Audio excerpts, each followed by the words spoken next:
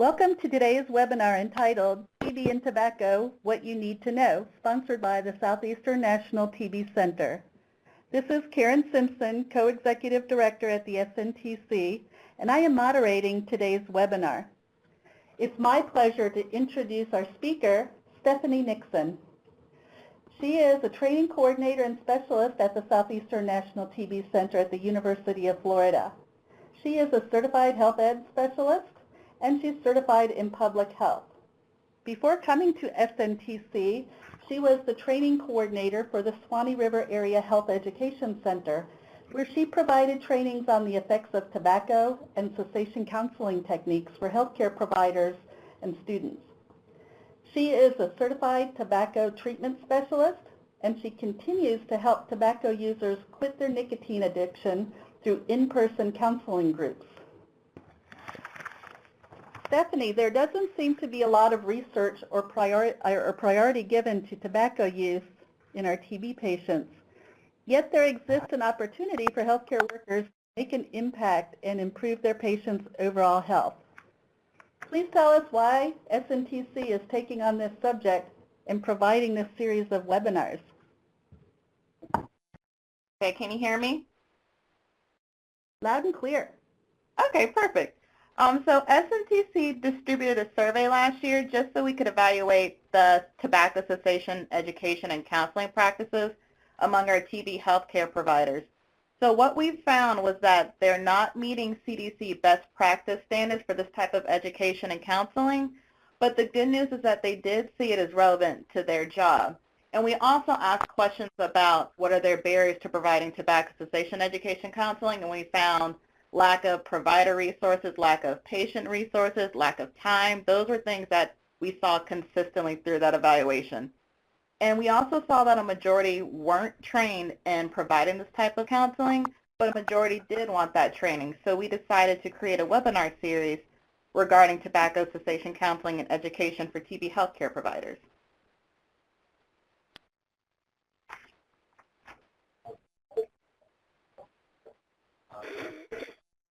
So we're going to focus today on looking at the Surgeon General report on smoking. We'll take a look at some of the conclusions from the WHO, the Union monograph on TB and tobacco control, and then we'll switch gears a little bit and start talking about CDC best practices for comprehensive tobacco control, and then end with talking about types of tobacco and nicotine products.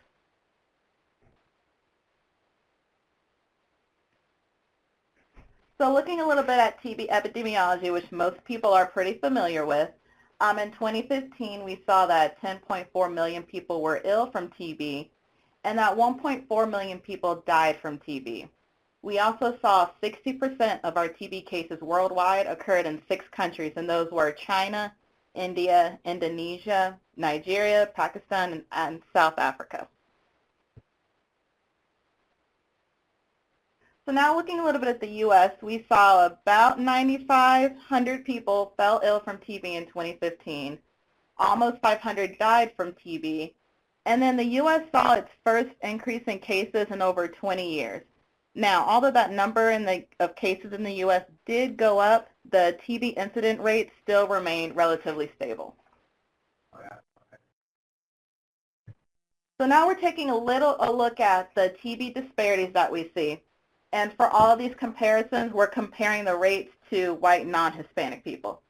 So in Asians, the rate of TB disease was 29 times higher than white non-Hispanic people. African Americans, it was a little more than 8 times higher. Hispanics was 8 times higher, and it's worth noting they made up 28% of the reported TB cases in the U.S. And then we know that about 2 out of every 3 TB cases were foreign-born. What was also interesting was that TB cases increased among Indian and Alaskan natives as well as Native Hawaiians, and we do see that more men tend to have TB than women, and that's consistent throughout the age groups. Stephanie, thanks for providing the quick overview of TB epidemiology. How does the disparity in TB rates compare to tobacco rates and usage within these groups? Okay, so we'll go ahead and switch gears to tobacco.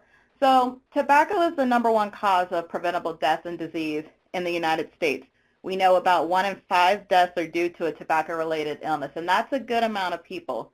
If you look at the screen, we can see that smoking causes more deaths than all of these issues combined. So we're talking HIV, illegal drug use, toxic agents, vehicle injuries. People are dying more from smoking than all of those issues combined, and that's a pretty serious public health issue. Now, looking at our global tobacco rates, in 2015, over 1.1 billion people smoked tobacco. Now, it is declining worldwide and in many countries, but it appears to be increasing in the Eastern Mediterranean region and the African region.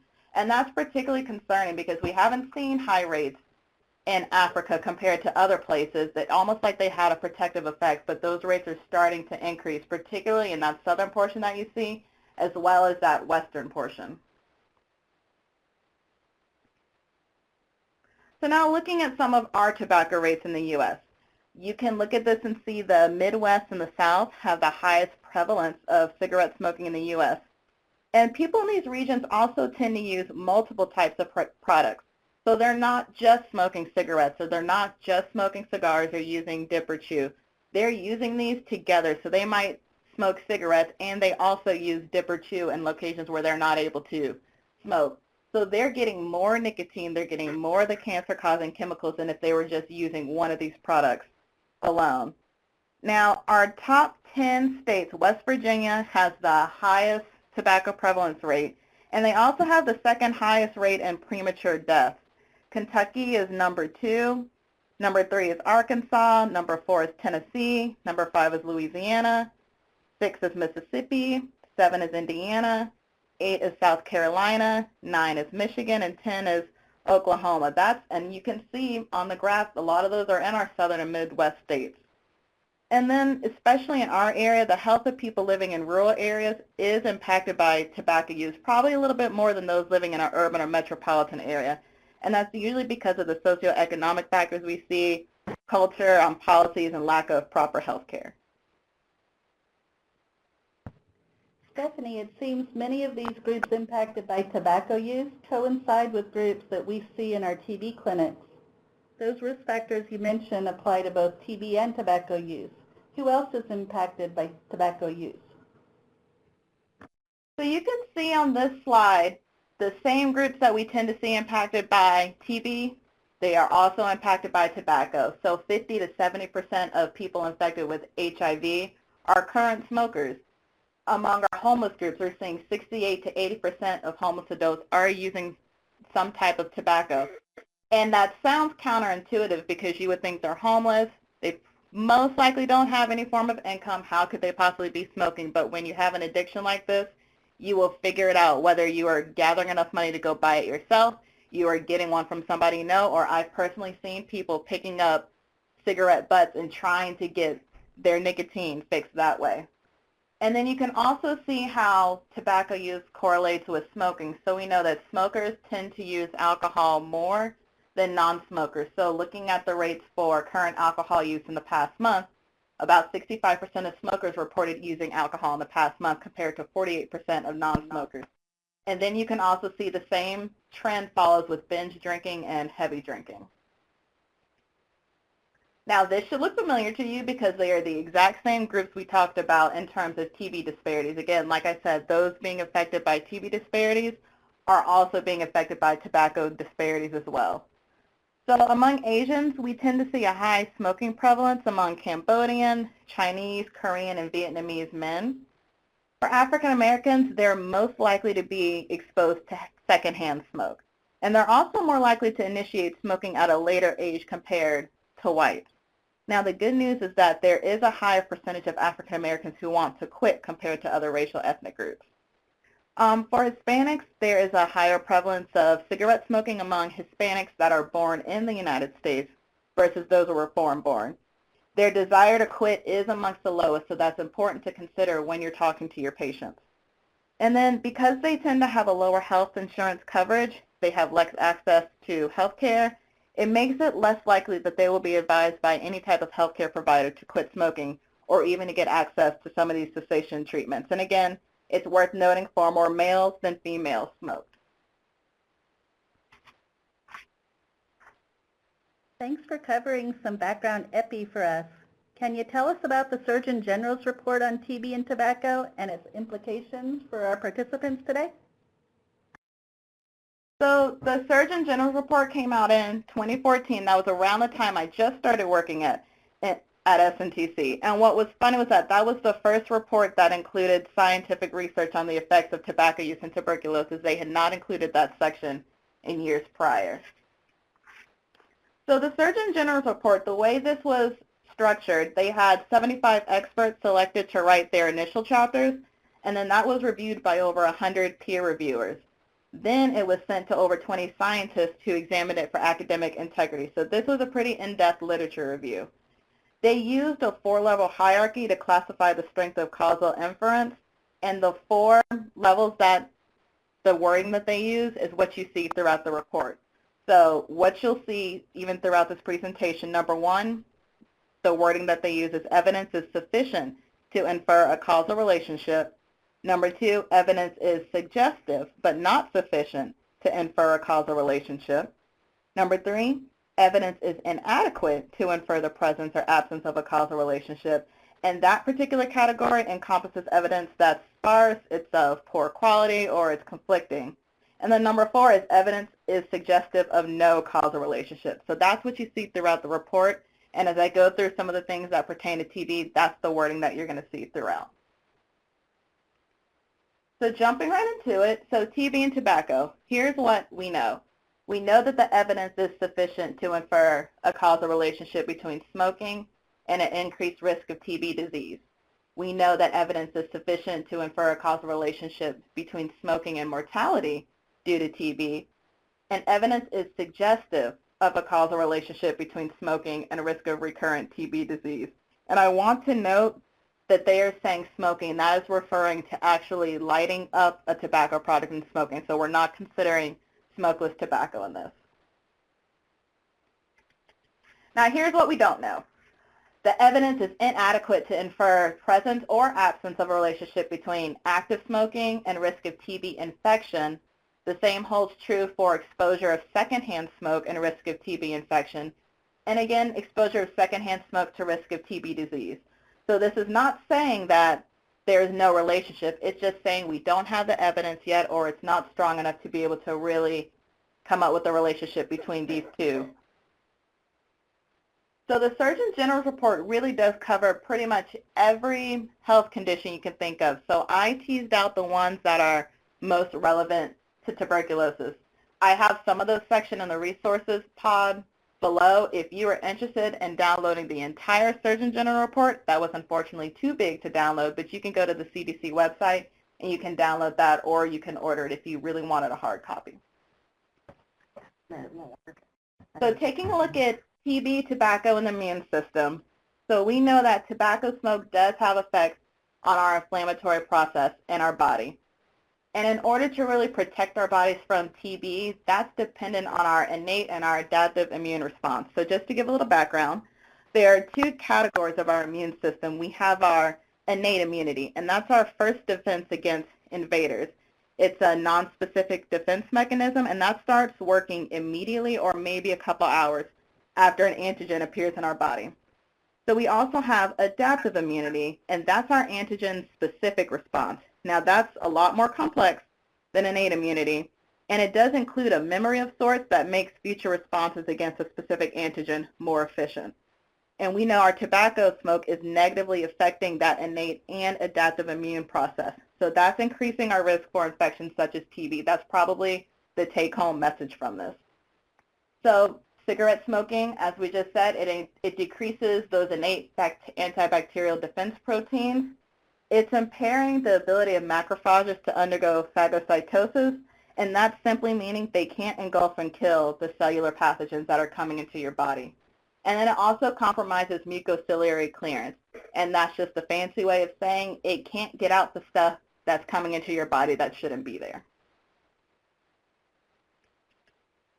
So what was the conclusion that the Surgeon General report came up with? They said that evidence is sufficient to infer that cigarette smoking compromises the immune system, and then that altered immunity is associated with increased risk for pulmonary infections. And working in TB, this is something you want to keep in mind especially knowing that our immunocompromised individuals are probably at more risk for progressing to TB disease and having worse outcomes than those who are not.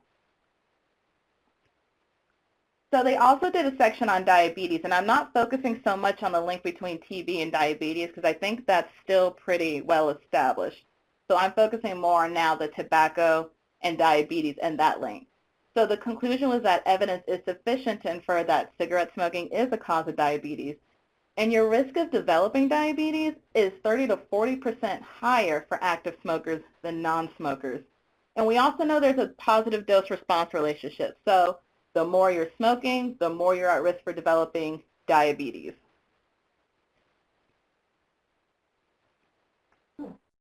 Now, TB, tobacco, and alcohol. There is a correlation between alcohol use and tobacco use. So people who are dependent on alcohol are 3 times more likely to be smokers. And people who are dependent on tobacco are 4 times more likely to be dependent on alcohol. And those are saying 2 different things. And noting in that first statement, they're talking about smokers. We're just talking about our cigarette smokers. So people who are dependent on alcohol are 3 times more likely to be smoking, whether it's a cigarette or a cigar. But people who are dependent on tobacco, that's now throwing in that smokeless tobacco and other forms that we'll talk about. Somebody who's dependent on any type of alcohol or tobacco is 4 times more likely to be dependent on alcohol. Thanks for sharing the evidence of a relationship between tobacco use and TB. What guidance does the World Health Organization provide on this topic? So the whole reason why the World Health Organization and the Union came up with this monograph is because for a long time, TB experts have really considered TB and tobacco to be a chance association. They've been very reluctant to attribute causality to tobacco exposure just based off of the methodological issues.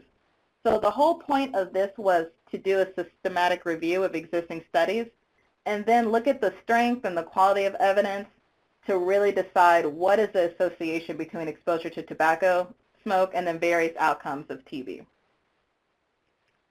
So in summary, for the monograph, for TB disease and recurrent TB, 22 out of the 24 studies that they looked at that was looking at new and or recurrent TB disease did find a significant relationship between exposure to tobacco and TB disease.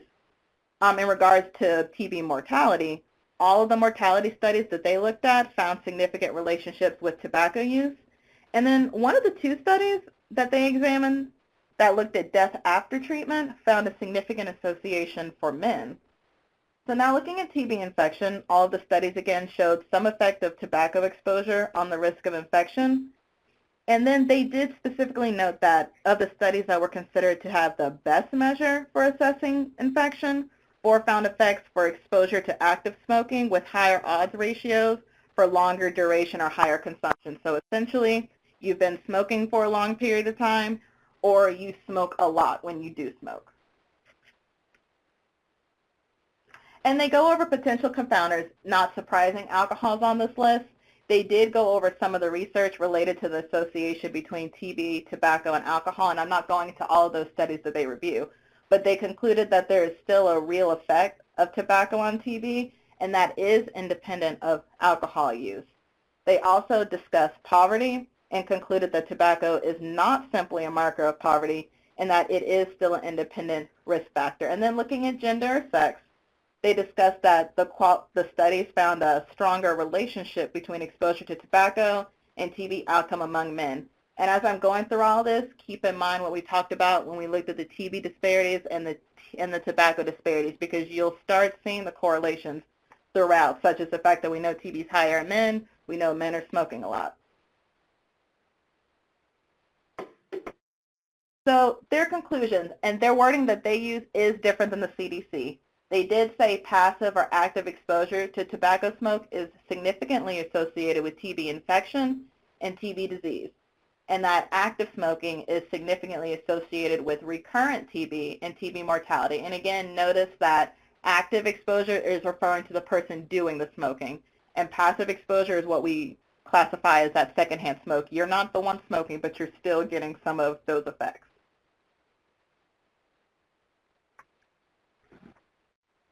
Thanks, Stephanie. By providing us with the evidence and recommendations from the CDC and WHO, you make a compelling case for addressing tobacco habits with our TB patients. SNTC's needs assessment showed that TB staff were interested in providing counseling on tobacco cessation, but what interventions exist that healthcare workers can use to address this subject with their patients? So the CDC has this wonderful guidebook, Best Practices for Comprehensive Tobacco Control Programs, and I believe we do have that posted in the resources pod that was not too big to download. So that's really an evidence-based guide to help states plan and establish comprehensive tobacco control programs.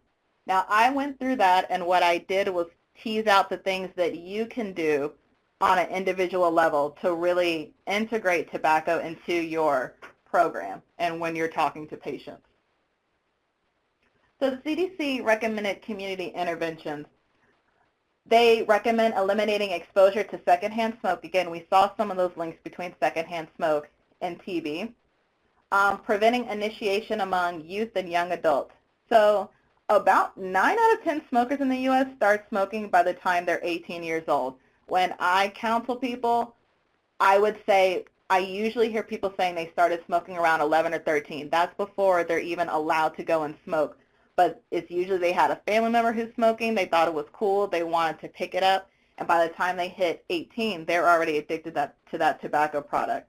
And then 99% of people have started smoking by the time they're 26 years old. So it's very rare that I hear somebody say they started using some form of tobacco and they were over 26. Maybe 2 to 3 people in the past 3 years that I can think of offhand.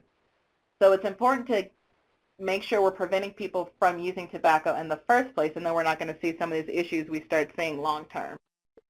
Now, for the people who we didn't catch them, it's still important to promote quitting among adults and youth. I think we have this perception that, oh, well, they've already started, they're already addicted, they're not going to want to stop. But we know that 70% of tobacco users do want to quit, and they're not necessarily walking in to an in-person counseling group, or they're not automatically going and calling a quit line. The best chance of them quitting is usually having some healthcare provider talk to them about not only the importance of quitting, but how to quit.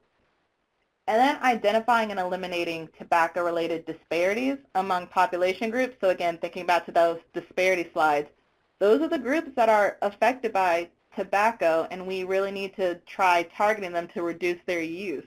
We also see high rates among our gay, lesbian, transgender group. That's a big disparity. So really focusing on those can help reduce not only issues related to tobacco, but also helping for TB as well. Now, looking at some of our cessation interventions, it's important to promote health systems change. So all that means is that we're integrating tobacco cessation education and counseling into what you're already doing.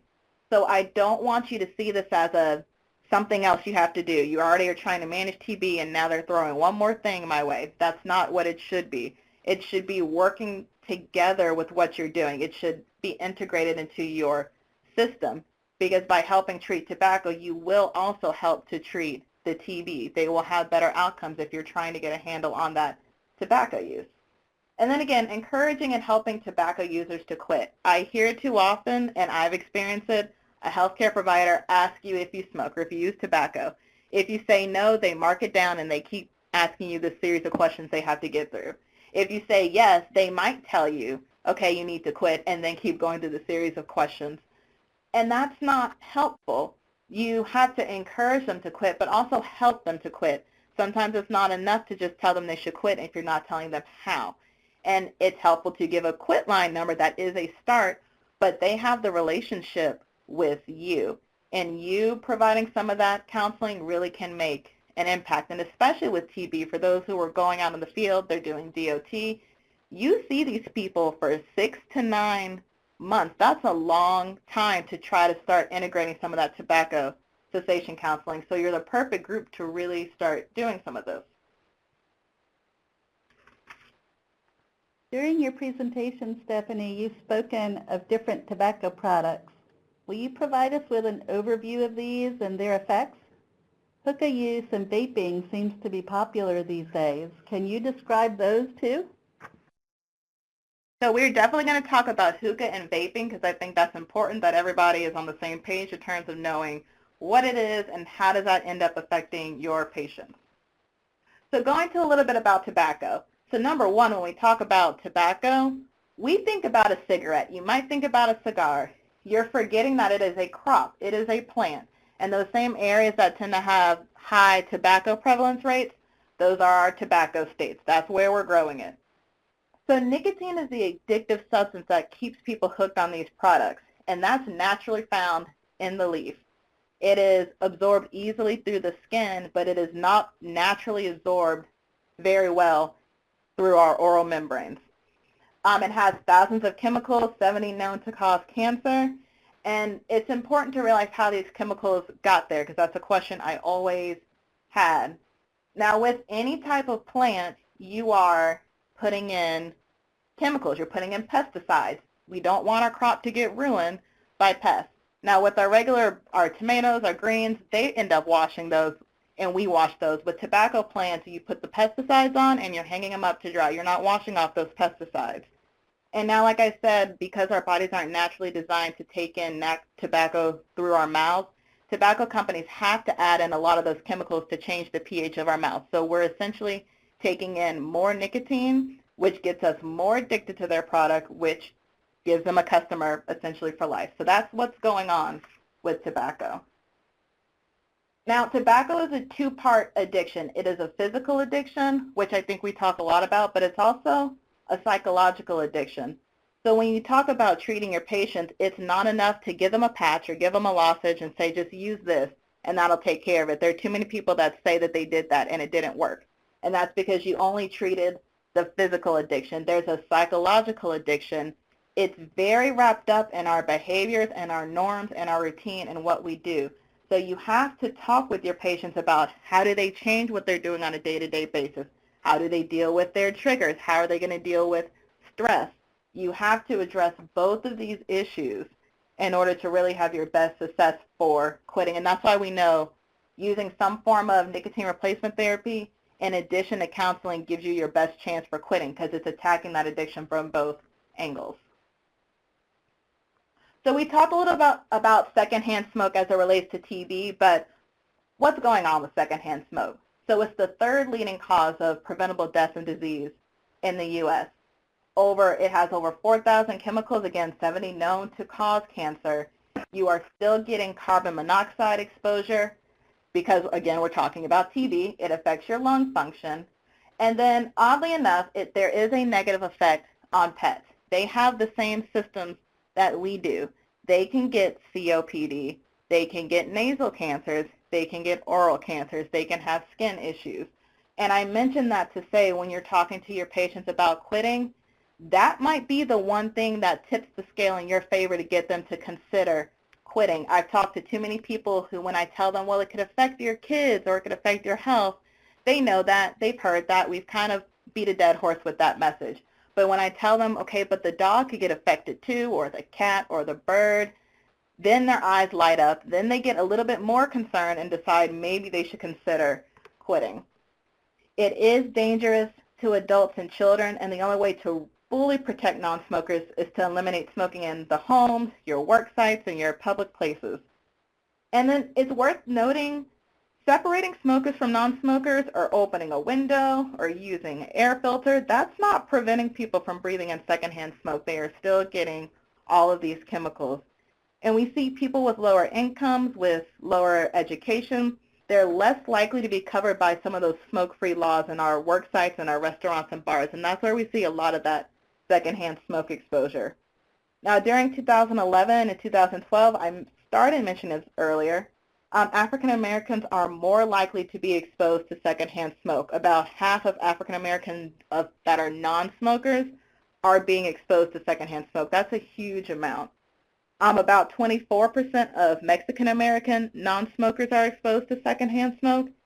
And then about 43% of non-smokers who live below the poverty line were exposed to secondhand smoke. And I mention all this to say, keep thinking TB. Keep thinking about who's more likely to get TB. We also saw blue-collar workers service workers and construction workers are more likely to be exposed to secondhand smoke. And then because we're on this, I will toss that out there about third-hand smoke. A lot of people know what third-hand smoke is. They just didn't know there was a name for it. So if you go into a smoker's house and you move a picture frame, behind the picture frame, the wall is white. It's probably the color your house was supposed to be. And then around it, you start seeing that yellow, that brown gunk that's on the wall. That's third-hand smoke. That's all the nicotine residue and the chemicals that are settling after you have put out the tobacco. And this can settle on your walls. It can settle on your couch, your floor, toys. It can settle on your skin. And that is still producing toxic chemicals. Those toxins are interacting and still producing gas that you're being exposed to. And think about, again, your children who nuzzle against your neck, or they're crawling on the floor, they're putting things in your mouth, same for pets. They're all still getting exposed to these chemicals that are known to have a negative effect on your body. So types of tobacco. So we have our cigarette, which is what, again, I think people think about when we hear tobacco. But you also have cigars, and it's not just that regular cigar at the bottom. And the difference really is that your cigarette is just wrapped up in regular paper, but your cigars are wrapped up in tobacco leaf paper. And so there's a tax difference here, and that's why you see that little cigar below the cigarette looks so much like a cigarette.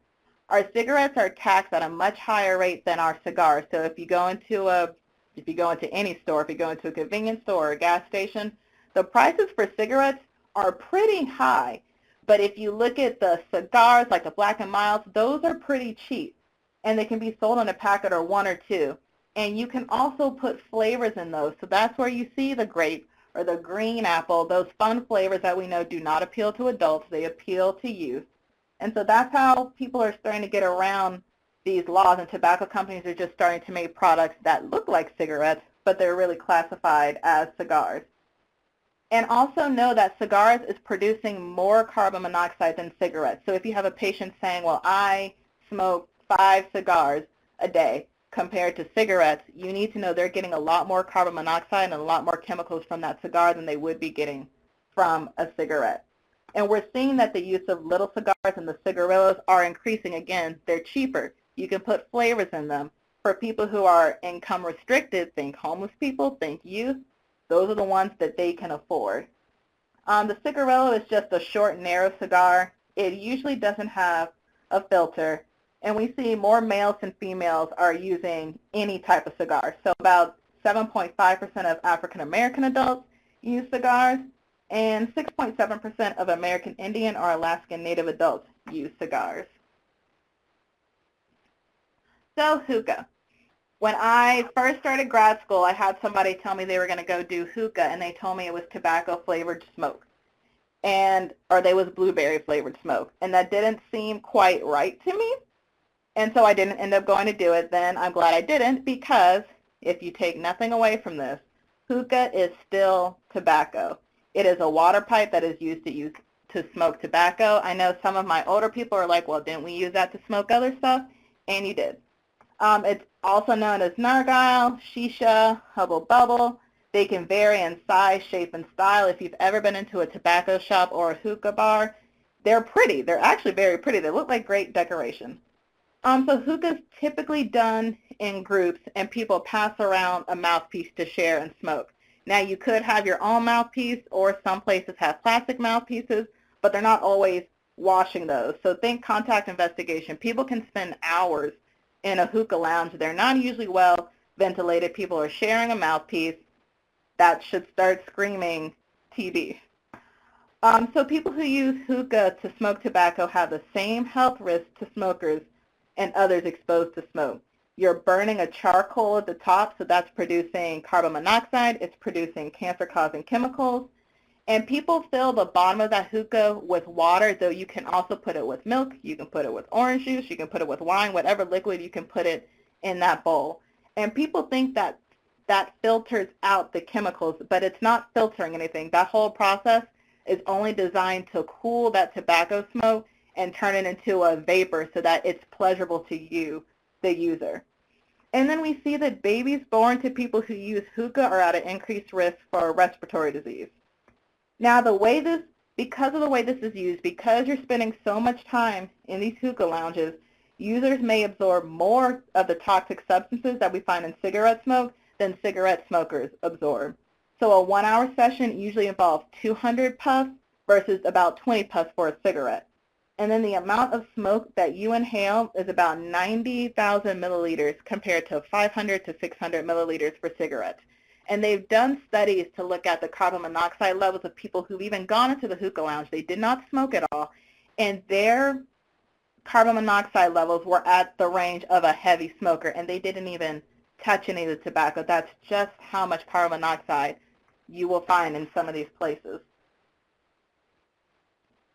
Now, I am going to go over smokeless tobacco because, again, when you're talking to your patients, number one, if you ask them if they smoke and they use smokeless tobacco or they are using hookah or they're using e-cigarettes, they will tell you no. They are not a smoker in their head because they do not smoke what they consider to be a typical tobacco product. That's why you have to be careful with your words and ask, do you use tobacco? And I go so far as to start listing them so I can try and catch all the people who would think they didn't fit in a certain category. So for smokeless tobacco, you have snuff, that's finely ground tobacco leaves, that's available in a dry or a moist form. Now that moist snuff we call dip, and you just place that in between your lower lip and your gum or your cheek and your gum, and you leave it there. Chew is loose tobacco leaves, and those can be sweetened, they can be packaged in pouches, and that's what produces that tobacco juice. And that's what people usually spit out. Now, if you're more addicted, you actually might be swallowing some of that tobacco juice, which that sounds like it would make somebody's stomach hurt, but again, they're addicted. They can tolerate that. Now, snus is moist tobacco in a small pouch, and that's originated in Sweden. And tobacco companies are trying to push that snus is a healthier alternative. What they're failing to also mention is that the way snus is produced and manufactured in Sweden is a totally different process than what we do in the United States. So it is not any safer than any other tobacco product that you're using. So again, I've had a lot of people who try to insist snus is healthier, and once I explain that, then they have the realization of what's going on. And then they're coming out with dissolvable tobacco. So that's spitless tobacco products. It dissolves in your mouth so you don't have to spit it out. There are nicotine gels. Tobacco companies are really trying to stay ahead of our laws to get people their nicotine fix without some of the, let's say, secondhand smoke effects. So they're trying to get away from those smoke-free air laws. Now, electronic cigarettes. They are known as vaping. Again, people do not associate electronic cigarettes with smoking. They have separated and formed their own class of vapors. It delivers nicotine to the user. It can have flavors. I've walked too many times and I smell something that smells amazing, or it smells like gum or grape, and then I realize somebody's smoking an e-cigarette. Now, if you've seen people use e-cigarettes, they'll have a string around their neck. They fiddle with them. They always have them close to their mouth, and they keep puffing and they keep puffing and puffing. And that's different than if you're smoking a cigar or a cigarette, because at least you can smoke a cigarette and say, I had one cigarette today, or I had one cigarette every 2 hours. Because of the way people use e-cigarettes, they're probably taking in a lot more nicotine and some of these other chemicals than what we're aware of. There are also issues with dual use. So either people who they just want to keep smoking cigarettes or cigars or whatever it is, and they also want to use e-cigarettes. Again, you're getting more nicotine, you're getting more of these chemicals than if you were just using one. And this is the most commonly used tobacco product among youth. Again, research shows that the youth are the ones that are looking towards some of these fun flavors. I know too many tobacco users who switched to e-cigarettes, and they said they didn't like it. They would almost just rather stick with their cigarette or just quit altogether. And then there's an issue or a concern that former smokers might relapse. They might say, well, I didn't really have to quit this addiction. I can go to that because that's supposed to be better for me.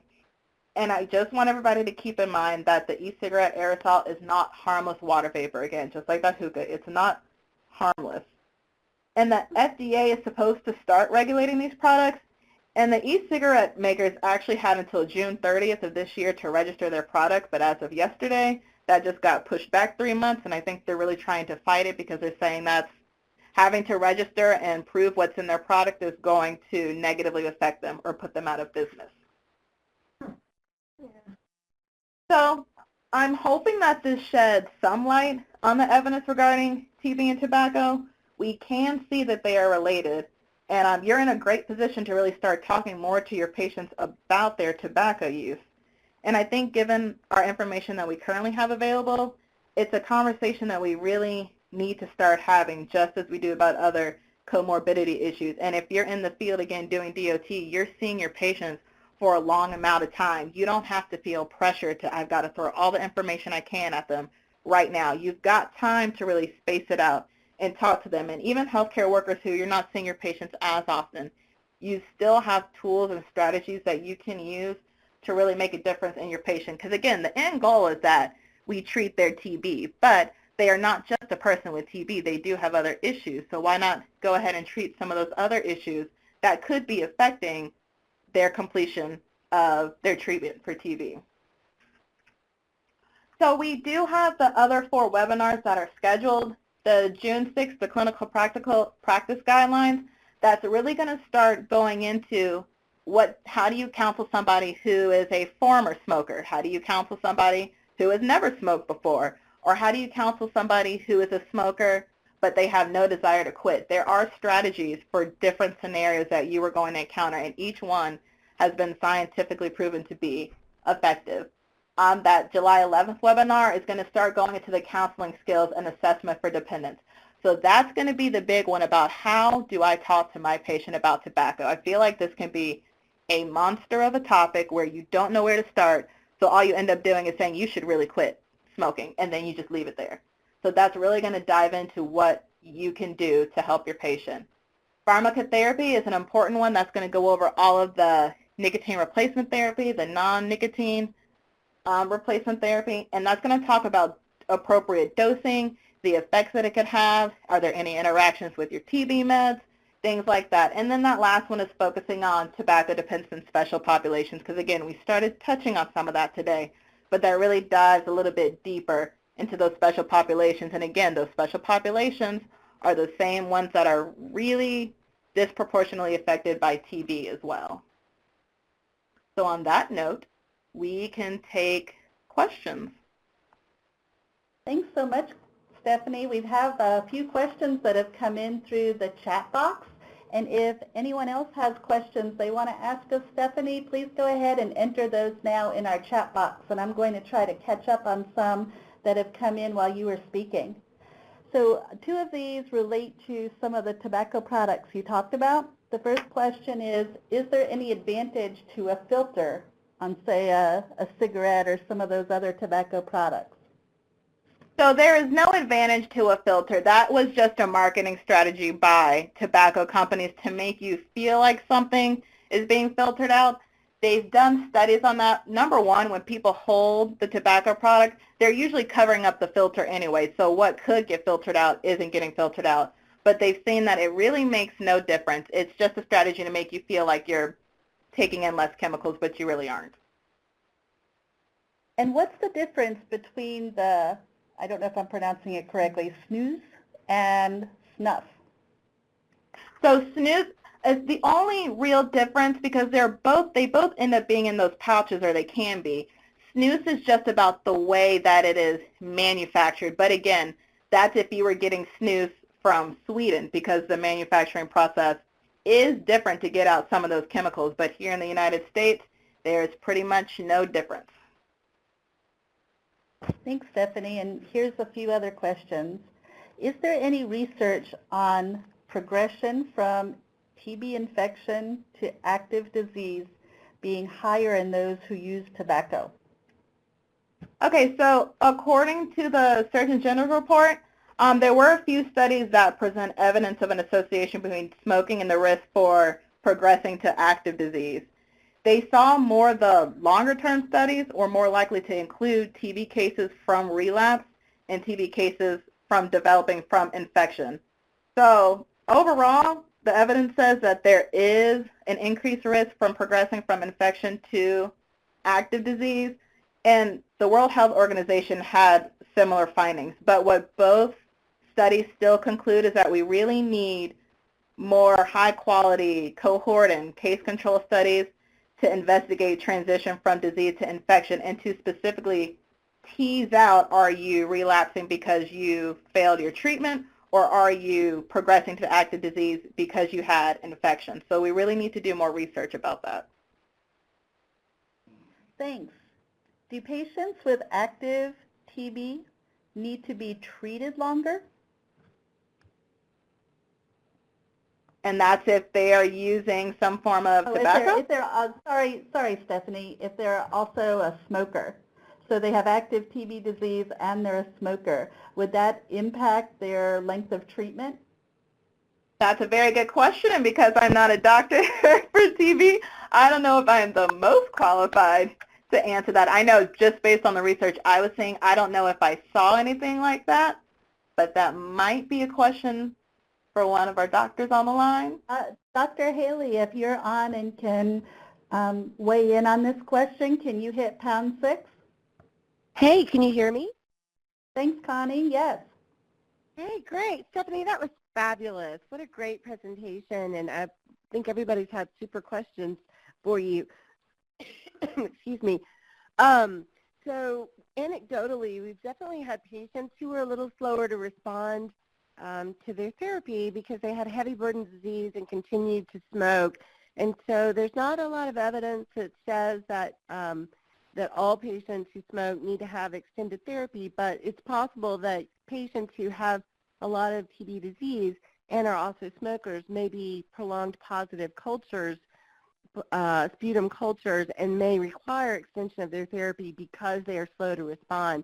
The other thing is a lot of these smokers may also have other conditions like diabetes, or may have been delayed presentation of active TB because they had a cough from smoking and were slow to recognize that they had another process, or maybe they had poor health access. So certainly patients who are slower to respond and or have a cavity may require extension of their therapy, but smoking alone has not been shown to be an indication for extending therapy from 6 to 9 months. It's just each patient should be assessed individually. Thanks, Connie. That's great. Thanks for weighing in on that. So we have 2 more questions for you, Stephanie. Okay. Is pure nicotine a carcinogen, or is it the other toxins? And does oh, go ahead. Okay. The other part of Yeah, give me the other part. Yeah, just in case it kind of goes together. And does aerosolized nicotine cause airway inflammation? So the nicotine itself is not a cancer-causing chemical. It's everything else that they're throwing into it. And the effect of nicotine is really, it's a stimulant. So that's what's really affecting your heart and your circulatory system. I don't believe that that's what's causing some of that inflammation in your airways. Thanks. And one more question. What are the best methods to help those who have access to the patches and psychological support? Who don't have access? Who have access. Oh, okay. The question was who have access to the patches and psychological support. So I guess what can healthcare providers do? Okay, so given that a lot of people do say if you are very limited on time, just talk to them, number one, about how to use the patches, or if they use gum or lozenge, how to use these products correctly. And then if you only had 90 seconds or you had max 3-4 minutes, talk to them, one, about how they're going to manage their stress levels, because we know that is the number one cause of relapse into smoking. Talk about how are they going to handle their triggers, what makes them smoke, and what are they going to do about it. If you could only highlight a couple things, those would be the things to highlight with your patient, in addition to how they use their nicotine replacement therapy correctly. And Stephanie, you'll be covering a lot of this information on one of the upcoming webinars, right? Yes, in much more detail. Well, we received a question that I think Ellen Murray from SNTC can help us answer. Is there any plan to capture smoking status on the RVCT? Thank you. And again, Stephanie, that was an amazing presentation. We really appreciate it. I was just in a session at National TB Controllers, and they talked about the new upcoming changes for the RVCT. It is currently not on their radar at the moment. That doesn't mean that it won't be. However, what we're going to try and do is take questions like this and be able to go ahead and send that in while they're still working on it. So if you have those questions, feel free to send them to me, and I'll send them up to Elvin McGee, who has been working feverishly on trying to get the changes made and send things out to TB controllers. So I hope that answers your question. Thanks, Ellen. So Stephanie, tell me, what is the estimated amount of time it would take to assess and provide counseling to a tobacco-using patient? So this really depends on how much time you have. You can do some type of assessment and counseling in as little as 90 seconds. You can use the ask, advise, refer method, where you ask them about their tobacco use, advise them to quit, and making that specific to their TB. So you need to link their tobacco use with their TB, and then referring them to somebody who can provide a little bit more in-depth cessation counseling. That has still shown to be an effective way of counseling. And you can do that in as little as 90 seconds. I think we could all at least carve out that much time to talk to our patients if that's all you had. And you can, other than that 90-second minimum, you can go as long as you need to, and depending on how long you have with your patients, you could clump together information based off of how well they are receiving it. Great. We received another question that Connie Haley might be able to help us with, and that would be a #6 to unmute Connie. Here's the question. What is the relative risk that smoking presents to TB reactivation compared to other risk factors like diabetes? Okay, well, that's a tough one. I believe that the smoking, from what I was seeing in the systematic reviews, were that smoking basically increases the risk somewhere between around 2 to 2.5 when you control for other confounders, like potentially also having diabetes or also having alcohol use.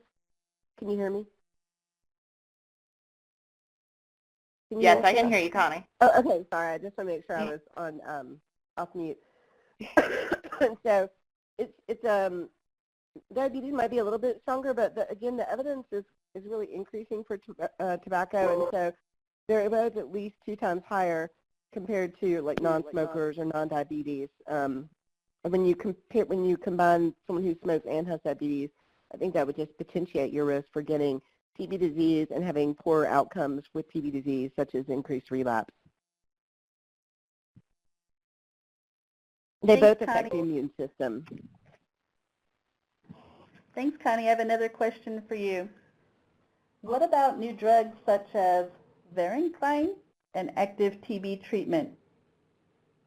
Yes, so I just actually looked that up. I didn't think there was, so I wanted to double check. There's no published drug-drug interaction between the rifamycins and varenicline, and I don't believe there's one for INH either. So I think that it's okay to use the varenicline in patients who are also being treated for active tuberculosis. Thank you. Thanks, Connie. Appreciate your feedback. So, Stephanie, one more question.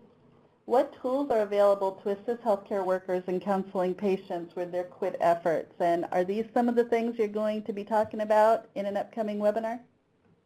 So we will definitely talk a little bit more about those tools that are available. I know the CDC has a lot of great tools that I personally pull from. And then we've also ordered a good amount of tools for providers and for patients that we have at SNTC. And if that's something you're interested in getting, just to see what we have available, you can send us an email and we can get some of those out to you. But yes, I usually go to the CDC website to get some of those tools. Great, Stephanie. And Robert from DTBE, thank you for clarifying that the smoking will be pulled out as a risk factor on the RVCT. That's helpful information. Well, I think that brings our session today to a conclusion. Thank you all so much for joining us. Please mark your calendar for June 6th. That'll be the next in our series. That's the Clinical Practice Guidelines for Tobacco Treatment. And feel free to download the resources that are available here, and you'll find many others on the CDC's website. Thanks again. Thanks, Stephanie and Connie and Ellen. And we'll talk to you all again June 6th. Bye-bye.